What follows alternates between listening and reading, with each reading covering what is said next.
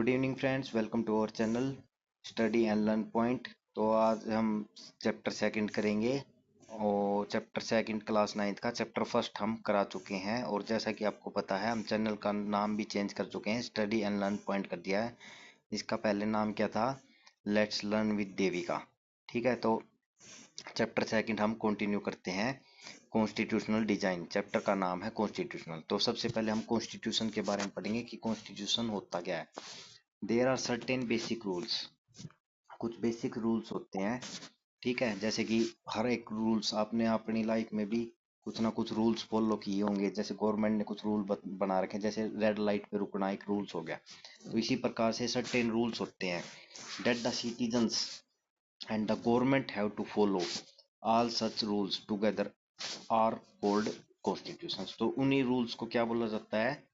Constitutions बोला जाता है। और ये रूल सभी इकट्ठे हो जाएं और इन्हीं रूल्स को फॉलो करना होता है, किस किस को? सिटीजन्स को और गवर्नमेंट्स को। ठीक है, और इन्हीं रूल्स को इकट्ठा कर दें तो क्या है? पूरा कॉन्स्टिट्यूशंस है। Why do we need a constitutions? It generate a degree of trust and coordinations that is necessary for different kind of people to live together. ठीक है, एक डिग्री ऑफ ट्रस्ट आ जाता है। जैसे हमारे देश में कॉन्स्टिट्यूशन है तो हमें पता है कि भाई कॉन्स्टिट्यूशन हमें सेफ गार्ड कर देता है, जैसे हमारे फंडामेंटल राइट्स हमारे पास, तो एक ट्रस्ट आ जाता है। और coordinations that is necessary for different kind of peoples to live together. तो इन्हीं रूल्स के कारण हम एक साथ कोऑर्डिनेशन हो जाता है हमारा और एक साथ रह सकते हैं हम। कि क्यों? इसका एग्जांपल मैं बताता हूँ। जैसे यहाँ पे अलग अलग धर्म के अलग अलग रिलीजन्स के लोग हैं। ठीक है, लेकिन उनको ये पता है कि गवर्नमेंट किसी भी रिलीजन्स को सपोर्ट नहीं करती और सभी रिलीजन्स को इक्वल मानती है। ये क्या है? इंडिया का सेकुलरिज्म है।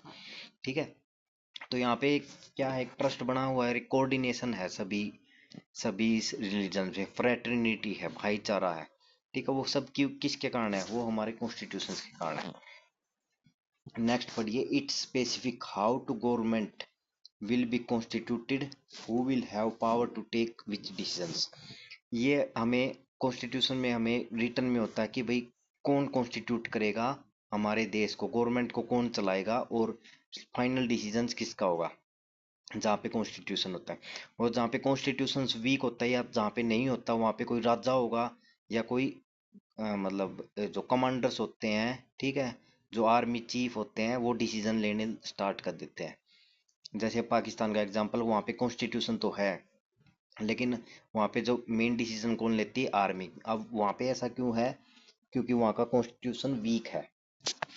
ठीक है, लेकिन अभी वैसे सेम एग्जांपल हम इंडिया का लें तो हमारा फाइनल डिसीजन कौन लेता है? या जो हमने जिस सरकार को चुना है वो फाइनल डिसीजन लेती है। अगर उनका डिसीजन हमें ठीक नहीं लगता, उस सरकार को हम चेंज कर सकते हैं। लेकिन पाकिस्तान में फाइनल डिसीजन कौन लेता है? आर्मी।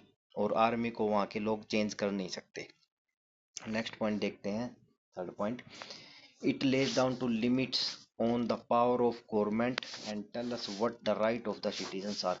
गवर्नमेंट्स पे लिमिट्स लगाती है। ठीक है, जैसे फंडामेंटल राइट्स हैं, गवर्नमेंट को रोकती है कि भाई फंडामेंटल राइट्स ब्रीच नहीं होना चाहिए। ठीक है, और राइट्स बताती है सिटीजंस को कि आपकी क्या क्या सिटीजंस के राइट्स है। Next point, it express the aspirations of the people about creating a good society. एक गुड सोसाइटी क्रिएट करने की लोगों को एस्पिरेशंस देती है कॉन्स्टिट्यूशंस। ठीक है, तो वही सेम एग्जांपल है। कॉन्स्टिट्यूशंस में सभी लोग एक साथ मिलकर रह सकते हैं, हार्मनी में रह सकते हैं। ठीक है, फ्रेटर्निटी रहती है कॉन्स्टिट्यूशन के कारण। तो एक गुड सोसाइटी की वो देती है हमें मनोकामना। नेक्स्ट देखिए, all country that have constitution are not necessary democratic. जैसे कि मैंने बताया कि ये पाकिस्तान का एग्जांपल बताया, वो कॉन्स्टिट्यूशन तो है वहाँ पे, क्या वो डेमोक्रेटिक है? नहीं, क्योंकि वहाँ पे फाइनल डिसीजन कोई और लेता है। बट अब डेमोक्रेटिक मैंने लास्ट जो चैप्टर था उसमें कराया था अच्छे से, तो आप डेमोक्रेसी के बारे में अच्छे से वहाँ पे समझ पाओगे। But all country that are democratic will have constitution. लेकिन जो भी कंट्री डेमोक्रेटिक है उनके पास कॉन्स्टिट्यूशन जरूर होगा। It has become a practice in all democracy to have written constitution. और आजकल ये एक प्रैक्टिस बन गई है कि डेमोक्रेसी जहाँ होगी वहाँ एक रिटन कॉन्स्टिट्यूशन होगा। Next, making of Indian constitutions. अब इंडियन कॉन्स्टिट्यूशन कैसे कैसे बना, तो इसमें थोड़ा सा हम एक टच लेंगे। ठीक है, डिटेल्स में हम पढ़ेंगे जब एम लक्ष्मीकांत करेंगे। ठीक है, तो उसमें डिटेल्स में पढ़ेंगे कि कॉन्स्टिट्यूशन कैसे बना, वहाँ पे रेगुलेटिंग एक्ट्स वगैरह।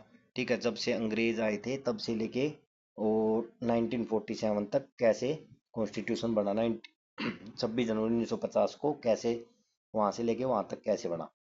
इसमें हम देखते हैं Motilal Nehru and 8 other Congress leaders drafted a constitution for India.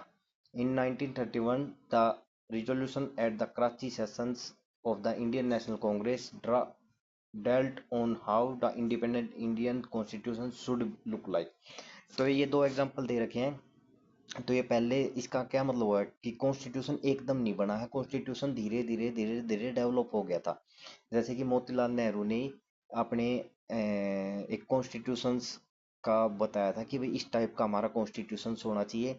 वहीं पे कराची सेशंस में क्या बताया था इंडियन नेशनल कांग्रेस ने कि भाई हमारा कॉन्स्टिट्यूशन इंडिया का एक कॉन्स्टिट्यूशन होना चाहिए और इस टाइप का होना चाहिए, शुड बी लुक लाइक। तो वो किस टाइप का होना चाहिए वो हम अच्छे से आगे कभी नेक्स्ट क्लास में और एम लक्ष्मीकांत में डिटेल में करेंगे। ठीक है, both these documents were committed to the inclusions of universal adult franchise. ठीक है, तो ये जो भी दोनों डॉक्यूमेंट का एग्जांपल, एक शॉर्ट एग्जांपल दे रखे हैं, उन्होंने क्या किया था, यूनिवर्सल एडल्ट फ्रेंचाइजी की मांग करी थी कि भाई जो भी एडल्ट है वो राइट टू वोट हो गया उनका, राइट टू फ्रीडम, फ्रीडम का भी मतलब फंडामेंटल राइट्स का भी, इक्वेलिटी की बात की थी, protecting the right of minority, minority के भी राइट्स की बात की गई थी। तो यहाँ से हम ये समझ सकते हैं कि जो कॉन्स्टिट्यूशन हमारा एकदम से कोई आइडिया नहीं आया कि भाई इस टाइप का कॉन्स्टिट्यूशन होना चाहिए, वो प्रैक्टिस में आ गया था हमारे कॉन्स्टिट्यूशंस। ठीक है, तो हमारे देश में एक चीज और बताता हूँ। जैसे कई देशों में कॉन्स्टिट्यूशन, जैसे साउथ अफ्रीका का हम एग्जांपल लेंगे, वहाँ पे कॉन्स्टिट्यूशन बनाते हुए बहुत ही मतलब आपस में डिस्प्यूट हुए थे। लेकिन हमारा कॉन्स्टिट्यूशन मतलब पहले ही तैयार हो चुका था कि जो कांग्रेस थी उस टाइम ने उन्होंने सोच लिया था कि हमारा कॉन्स्टिट्यूशन इस टाइप का होना चाहिए। ठीक है, तो इस टाइप का होना चाहिए, तो ये हमारा कॉन्स्टिट्यूशन है। तो यहाँ से हमारा कॉन्स्टिट्यूशन उसी टाइप का बना था। नेक्स्ट देखिए, election of the constitution assembly were held in 1940। 1946 में क्या हुआ, उन्होंने सोच लिया था कि भाई कॉन्स्टिट्यूशन इस टाइप का होना चाहिए, फिर बाद में अंग्रेजों ने बोला कि आप अपना कॉन्स्टिट्यूशन तैयार कीजिए। 1946 में, जुलाई 1946 में इलेक्शन हुए थे। ठीक है, it's first meeting was held in December 1946, और दिसंबर 1946 में फर्स्ट मीटिंग हुई। ठीक है, उस soon after the country was divided into India and Pakistan. तो वहाँ पे क्या हो गया, मुस्लिम लीग ने डिनाई कर दिया कि participate in constituent assembly, constituent assembly में पार्टिसिपेट करने से मना कर दिया। तो वहाँ पे टोटल सीट कितनी रहेगी, 299 मेंबर थे जिन्होंने इंडियन कॉन्स्टिट्यूशन को लिखा था। तो उन्होंने 299 में से मैंने कुछ मेंबर्स को शो करने की, जो भी आपके एनसीईआरटी में है उनको कोशिश की है। ठीक है, अच्छा ये क्यों मुस्लिम लीग ने क्यों मना कर दिया, क्योंकि वहाँ पे एक सेपरेट कंट्री की डिमांड को कांग्रेस ने मना कर दिया था। The assembly adopted the constitution on 26 नवंबर 1949 को। यहाँ पे एक वर्ड याद रखिए, अडोप्टेड। ठीक, कई बार क्वेश्चन आता है अडोप्टेड। ठीक है, ये अडोप्टेड वर्ड है, लेकिन ये अडोप्टेड। ठीक है, इस वर्ड को याद रखिए, adopted. But came into effect, effect में कब आया, 26 जनवरी 1950। तो अडोप्ट, कई बार ये क्वेश्चन आता है अडोप्टेड कि भाई कब अडोप्ट हुआ, तो उसका आंसर होगा 26 नवंबर 1949। कई बार 1950 कर देते हैं 26 जनवरी। ठीक है, लेकिन इफेक्ट में आया 26 जनवरी 1950 को। Drafting committee chaired by the doctor Bhimrao Ambedkar, more than 2000 amendment were considered. तो ड्राफ्टिंग कमेटी के चेयरमैन कौन थे, डॉक्टर भीमराव अंबेडकर, उन्होंने 2000 से ज्यादा अमेंडमेंट किए थे। The members deliberated for 114 days spread over 3 years। लगभग 2 साल 11 महीने 18 दिन, हम एग्जैक्टली बोले तो हमारा जो कॉन्स्टिट्यूशन था उतना बनने में टाइम लगा था। तो लगभग 3 साल हमारे कॉन्स्टिट्यूशन में बनने में टाइम लगा था, और 114 डेज तक मीटिंग चली थी इन 3 साल के अंदर अंदर। Prominent member of constituent assembly, तो कॉन्स्टिट्यूएंट असेंबली के 299 जैसा कि मैंने बताया, ठीक है, उसके जो इम्पोर्टेंट मेंबर हैं कुछ, वैसे तो सभी इम्पोर्टेंट है लेकिन कुछ मेंबर्स इस टाइप से हैं। Doctor Rajendra Prasad, president of constituent assembly, C A मतलब कॉन्स्टिट्यूएंट असेंबली, ठीक है। ये चंपारण सत्याग्रह से गांधी जी के साथ पॉपुलर हुए थे, तो ये सब हम हिस्ट्री में पढ़ेंगे। तो प्रेसिडेंट कौन थे? राजेंद्र प्रसाद, ठीक है। नेक्स्ट देखिए, three times the president of Congress, later the first president of India, और इनके बाद ये 3 टाइम तो प्रेसिडेंट ऑफ कांग्रेस रहे थे और उसके बाद फर्स्ट प्रेसिडेंट ऑफ इंडिया बने थे डॉक्टर राजेंद्र प्रसाद। नेक्स्ट देखिए, Jaipal Singh, captain of first national hockey teams. Jaipal Singh कौन थे? फर्स्ट नेशनल हॉकी टीम के कैप्टन थे, later founder of Jharkhand party, और उन्होंने बाद में एक झारखंड पार्टी की वो की थी, नींव रखी थी, ठीक है। H C Mukherjee, H C Mukherjee vice chairman of constituent assembly थे, चेयरमैन तो थे राजेंद्र प्रसाद, वाइस चेयरमैन थे कॉन्स्टिट्यूएंट असेंबली के H C Mukherjee. Governor of West Bengal बने थे बाद में। दुर्गाबाई देशमुख, ये देखिए लेडीज भी काफी पार्टिसिपेट किया था। एडवोकेट एंड पब्लिक एक्टिविस्ट थी फॉर वुमेन्स इमेंसिपेशंस, ठीक है, तो वुमेन्स की आज़ादी के लिए उन्होंने लड़ाई लड़ी थी और एडवोकेट थी वो, ठीक है। नेक्स्ट है बलदेव सिंह, पेटेंटिक अकाली पार्टी के वो एक लीडर्स थे, ठीक है, डिफेंस मिनिस्टर बनाए थे इन यूनियन कैबिनेट्स में, डिफेंस मिनिस्टर बनाए थे बाद में वो। वल्लभ भाई पटेल, गुजरात में बोर्न थे जैसा कि आप सभी जानते हैं, होम इंफॉर्मेशन एंड ब्रॉडकास्टिंग दिया था इंटरिम गवर्नमेंट में, तो इंटरिम गवर्नमेंट्स में और बाद में एक गवर्नमेंट बनी थी, इनमें सब हम डिटेल्स में बाद में स्टडी करेंगे, ठीक है। बरदौली सत्याग्रह से ही पॉपुलर हुए थे, ठीक है, और सरदार का टाइटल दिया था महात्मा गांधी ने इन्हें। Abdul Kalam Azad, Saudi Arabia born थे, मुस्लिम सेपरेटिस्ट पॉलिटिक्स के खिलाफ थे, अपोज किया था इन्होंने कि भाई मुस्लिम लीग अलग हो, मुस्लिम एक अलग देश बने, इन्होंने अपोज किया था। एजुकेशन मिनिस्टर बने थे इन फर्स्ट यूनियन कैबिनेट में, फर्स्ट यूनियन कैबिनेट में एजुकेशन बने थे, मतलब इंडिया के पहले एजुकेशन मिनिस्टर कौन थे? अब्दुल कलाम आजाद। टीटी कृष्णमचारी, ठीक है, टीटी कृष्णमचारी ड्राफ्टिंग कमेटी के मेंबर थे, finance minister India union cabinet में फाइनेंस मिनिस्टर बने थे, और मेन बात क्या है, ड्राफ्टिंग कमेटी के मेंबर थे, तो ये काफी इंपॉर्टेंट मेंबर थे। कई बार पूछा गया कि ड्राफ्ट, इनमें से 4 ऑप्शन दे देंगे, डॉक्टर भीमराव तो प्रेसिडेंट थे ड्राफ्टिंग कमेटी के, तो 4 ऑप्शन दे देंगे, टीटी कृष्णमचारी उनमें से तो थे ड्राफ्टिंग कमेटी के मेंबर। के एम मुंशी, गुजरात बोर्न थे, minister in the union cabinet, founder of स्वतंत्रता पार्टी की फाउंडर थे ये, ठीक है, नींव रखी थी स्वतंत्रता पार्टी की। Shyama Prasad Mukherjee, industry and supply in interim government, minister थे इंडस्ट्री एंड सप्लाई के, active in Hindu Mahasabha, president of Bharatiya Jana Sangh के ही एक प्रेसिडेंट थे।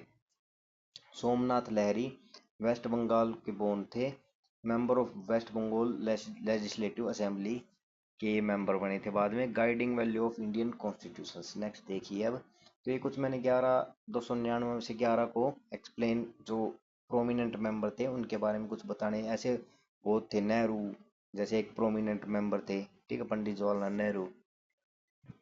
Guiding value of Indian constitutions, value that inspired and guided the freedom struggle and were in turn nurtured by it, form the foundation of Indian democracy. These value embedded in the preamble of the constitutions, ठीक है। अब ये क्या बोल रहा है, जो preamble है हमारा, अब पहले तो ये समझिए प्रियम्बल होता क्या है। प्रियम्बल होता है जो भी हमारा कॉन्स्टिट्यूशन है उसका एक शॉर्ट वर्जन, एक प्रियम्बल बोल सकते हैं हम, कि वो ये हमारा कॉन्स्टिट्यूशन इस टाइप का है।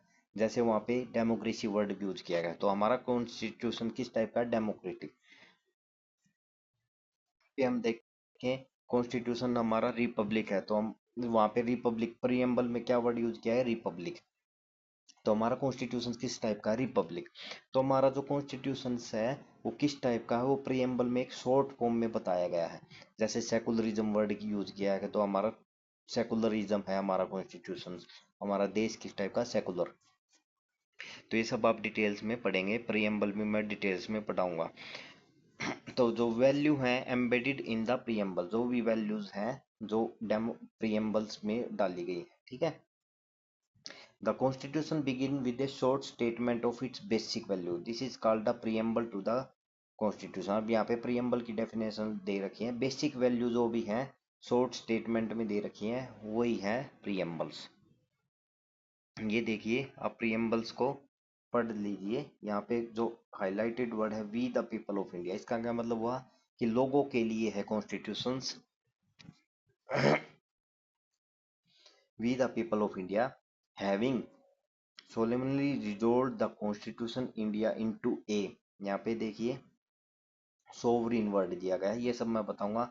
Sovereign, socialist, secular, democratic, Republic, ठीक है, या लाइट जो डार्क वर्ड है, ठीक है। फिर जस्टिस, लिबर्टी, इक्वालिटी, फ्रेटर्निटी, और यहाँ पे देखिए ये डेट दे रखे 26 डे ऑफ नवंबर 1949। तो यहाँ पे क्या किया गया था, ठीक है। तो इन आवर कॉन्स्टिट्यूशन असेंबली 26 नवंबर 1949 डू अडोप्ट किया गया था, ठीक है। तो कई बार क्वेश्चन पूछा जाता है कि भाई कॉन्स्टिट्यूशन जो प्रीएम्बल्स है उसमें अडोप्ट है या एनेक्ट है, ठीक है। तो अडोप्ट की डेट दे रखी है, एनेक्ट कब हुआ था 26 जनवरी 1950 को, उसकी डेट नहीं दे रखी। तो ये थोड़ा सा डिटेल्स क्वेश्चन बनते हैं, जो गहराई का क्वेश्चन बनते हैं वो यहाँ से बन जाते हैं। अब मैंने डिटेल्स में थोड़ा थोड़ा इनके बारे में एक्सप्लेन करने की कोशिश की है। Preamble, we the people of India, इसका क्या मतलब हुआ, the constitution has been drawn up, निर्माण किया गया है, एंड एनेक्टेड जो उसके अधिनियम है, बाय द पीपल, पीपल्स लोगों के द्वारा बनाए गए हैं। कैसे बनाएंगे लोगों ने, थ्रो देयर रिप्रेजेंटेटिव, लोगों ने एक रिप्रेजेंटेटिव को चूज किया, and not handed down to them by a king और एनी आउटसाइड पावर, उसको जो रिप्रेजेंटेटिव उसको पावर दी गई है, और जो कि पावर मतलब आउटसाइड से नहीं दी गई है, ना ही किसी राजा को दी गई है। तो वो एक रिप्रेजेंटेटिव चुना है कि भाई आपको हम पावर दे रहे हैं और आप हमारे देश को संभालें। तो मतलब असली पावर किसके पास है, वी द पीपल, पीपल्स लोगों के पास। नेक्स्ट वर्ड है सोवरिन। सोवरिन का मतलब क्या होता है, हमारे पे कोई भी राइट्स है, एक्सटर्नल पावर कोई भी डिक्टेट ना कर सके, dictate the government, supreme right हो हमारे पास, नो एक्सटर्नल पावर।